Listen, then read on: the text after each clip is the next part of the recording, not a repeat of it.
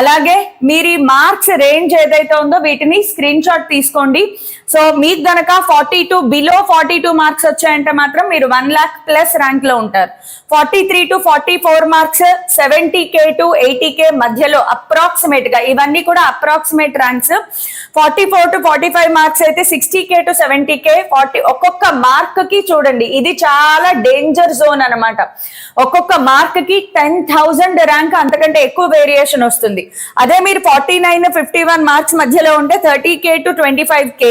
ఇంకా అక్కడి నుంచి మీరు 51 to 55 మార్క్స్ ఉంటే గనక you will be somewhere between 11K to 20K మధ్యలో ఉంటారు.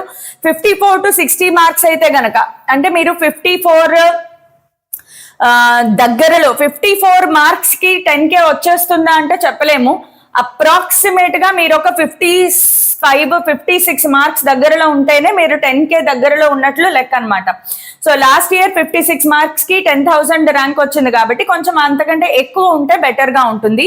So above 60 marks below 5,000 rank లో ఉంటారు.